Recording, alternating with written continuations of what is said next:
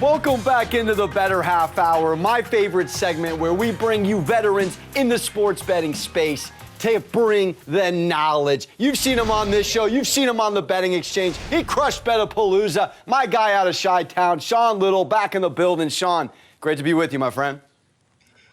Good to see you, Monaco. I love the haircut. I'm glad you made it back from Cali looking good, baby. Let's talk some sports. Thank you, sir. All right, let's get into some NBA weekend matchups.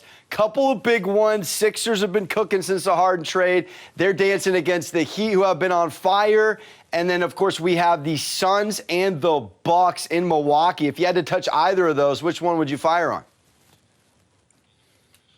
I'd have to look at Philly and Miami purely off the standpoint of James Harden has made that team look completely different. We already knew what Thibault could do. We already knew what Maxey could do. I guess we didn't know till this year till he was really going to make that step, but he's looked sensational. We already know Embiid's leading for the MVP, and then James is now locked in. I know it's a joke. People say, you know, he gave up on the Nets and then went over to Philly, and now he's back and good. That's exactly what happened. He looks slimmer. He looks leaner. And they seem to be on the same page. Embiid falls on the ground. James is going to pick him up. These aren't role players running off the bench, grabbing him from out of bounds. They look locked in. I'm really looking at Philly to make a lot of noise in the East, period. You haven't seen a guard like James and a big man like Embiid for a long time. I'm excited to see what they can do. I'd have to look at Philly.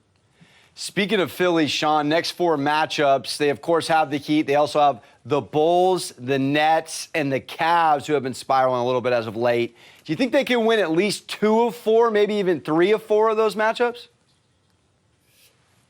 Yeah, I think they can definitely win a couple. If you've been paying attention to the Bulls like I have, and you know why I'm a Chicago guy, that they destroy us. They have owned us all year. They're too tough inside with Embiid. And I think a big thing about this whole foul thing that people have been talking about recently with what happened against the Knicks, they were legitimate fouls. He's legitimately getting banged up in there, and especially against a team like the Bulls, they are soft inside and get killed, and Embiid tends to do really, really well against those guys. And then, like you said, the Cavs are kind of – it's all those injuries, missing the young bull, Colin Sexton. That's starting to catch up to them. They've been reeling, so they can definitely rip off at least 2 of those.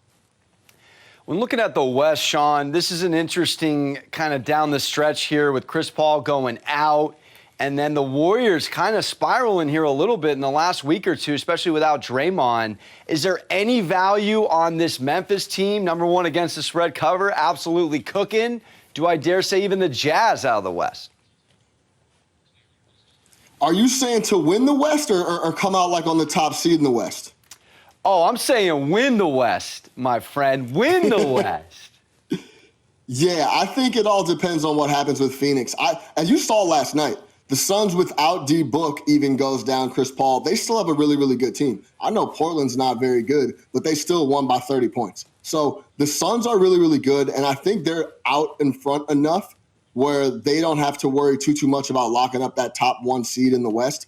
The thing about Memphis, if they get in and can use some of this slowing down from the Warriors to try to snag that number 2 seed, then that gives them a little easier road to then really make some noise and try to make it to the Western Conference Finals. And then once you get to the Western Conference Finals, who knows what happened? My money's been on Phoenix all year. It's not coming off of Phoenix. I think they are that good. Last year, they got the experience, what they needed.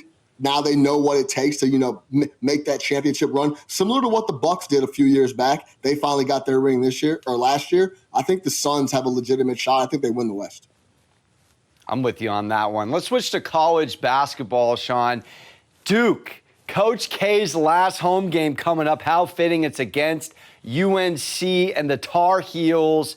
Do you like them this weekend? And how do you feel about the Blue Devils' chances in the tournament this month?